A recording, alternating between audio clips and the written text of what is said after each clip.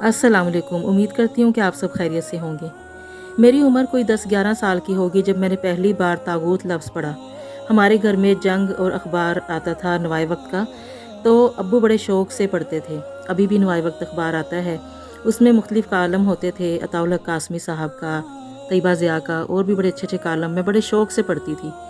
तो मैंने एक दफ़ा कालम पढ़ा अताउल हक कासमी का। तो अताउल हक कासमी साहब ने लिखा हुआ था कि तमाम तागूती ताकतें मिलकर इस्लाम को कमज़ोर करना चाहती हैं। तो ये लफ्ज़ मैंने फ़र्स्ट टाइम सुना, तागूती ताकतें, तो मुझे समझ नहीं आई कि तमाम तागूती ताकतें क्या हैं।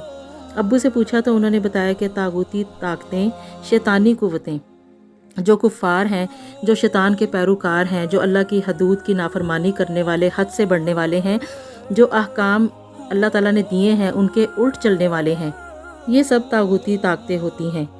वक्त गुज़रता गया और मैं दिन ब दिन तागूती ताकतों को मजबूत और इस्लाम को कमज़ोर होते देखते चली गई। और आज मैं जिस वक्त पर खड़ी हूँ तो मुझे अपना ज़माना जाहलिया से कम नहीं लग रहा, और तागूत हमारे अंदर रच बस गया है। अब बाहर की तागूती ताकतें नहीं, बल्कि हमारे अंदर की तागूती शैतानी ताकतें अरूज पर हैं। ज़माना जाहलियत किसे कहते हैं?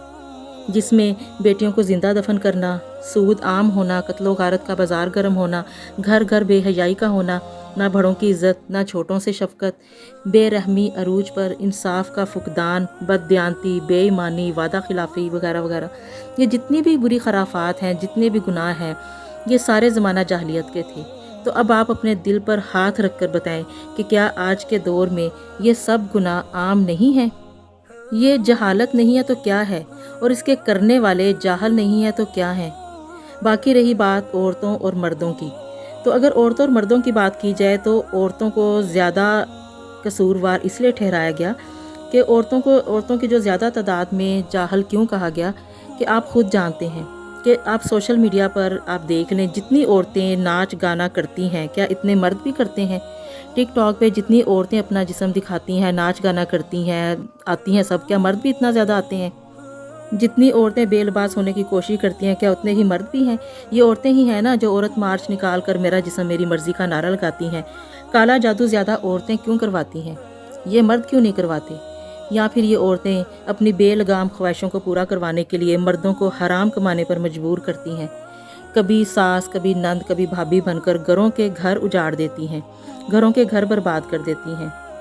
बस मेरी बातें तलख ज़रूर होंगी, सख्त ज़रूर होंगी, लेकिन हकीकत है वो हकीकत जो हमारे नबी हज़रत मोहम्मद मुस्तफ़ा सल्लल्लाहु अलैहि वसल्लम ने आज से 1400 साल पहले ही बता दिया था कि मैंने औरतों को ज़्यादा जहन्नम में देखा है। उन्होंने कहा था कि औरतों ज़्यादा सदका दिया करो, तुम्हें मैंने जहन्नम में ज़्यादा देखा है औरतों की नाशुक्री की वजह से।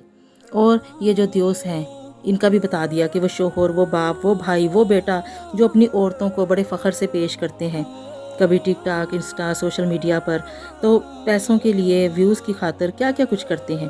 तो बस कबूतर की तरह आंखें बंद करने से अच्छा है हकीकत को तस्लीम कर लें। तागूत हमारे अंदर रच बस गया है। रोज़ नया फितना, रोज़ नया कोई ना कोई फसाद, और फितने तो बारिश के कतरों की तरह हमारे घरों में दाखिल हो रहे हैं। कभी ह्यूमन मिल्क बैंक, कभी ट्रांसजेंडर, कभी LGBT, कभी फेमिनिस्ट की बीमारी। भाई ऐसा कौन सा गुनाह है, ऐसा कौन सा तागूत है, ऐसी कौन सी सरकशी है जो हम में नहीं है? बस बात तो सच है, मगर बात है रुसवाई की। जाहल अपने आप को जाहल मानने को तैयार ही नहीं है, हट दर्मी है, और इतना कमज़ोर ईमान हो गया है कि गुनाह को गुनाह समझ ही नहीं रहे। सिर्फ तागूत का मतलब समझ लेना ही इल्म नहीं है, तागूत से बचना असल इल्म है। अगर हम तागूत का मतलब जानते हैं फिर भी इससे नहीं बच रहे, तो फिर इसे जहालत नहीं कहेंगे तो क्या कहेंगे? अब सब ने तागूत का मतलब जान लिया, तो क्या अब तागूत का मतलब सिर्फ जानने तक बस हक पूरा हो गया कि हमें तागूत का मतलब आ गया? अब तागूत से बचना कैसे है? इस पर अमल करें, यही असल इल्म है। और अगर हम कबूतर की तरह आंखें बंद करके सिर्फ तागूत का मतलब जान के बस चुप करके बैठ जाएंगे तो ये जहालत ही है, निरी जहालत। अल्लाह ताला तमाम उम्मत मुस्लिमा को बाहर की और अपने अंदर की तमाम तागूती ताकतों से अल्लाह ताला निजात दे, और अल्लाह अपने हिफ्ज़-ओ-मान में रखे। اور اللہ تعالیٰ بالعروۃ الوثقیٰ اپنے مضبوط حصار میں، اپنے پیارے کڑے میں، اپنے پیارے خوبصورت طاقت کے کڑے میں ہمیں باندھ کے رکھے، اور ہم اللہ تعالیٰ کے خوبصورت قلعے میں، اللہ تعالیٰ کے حفاظت کے حصار میں ہم اپنے آپ کو ہمیشہ پائیں۔ اللہ تعالیٰ ہم سب پر اپنا سایہ، اپنا رحم کا سایہ، اپنی رحمتوں کا سایہ سلامت رکھے۔ انہی باتوں کے ساتھ آپ سے اجازت چاہتی ہوں، انشاءاللہ پھر آپ سے ملاقات ہوگی۔ اجازت دیجیے، اللہ حافظ۔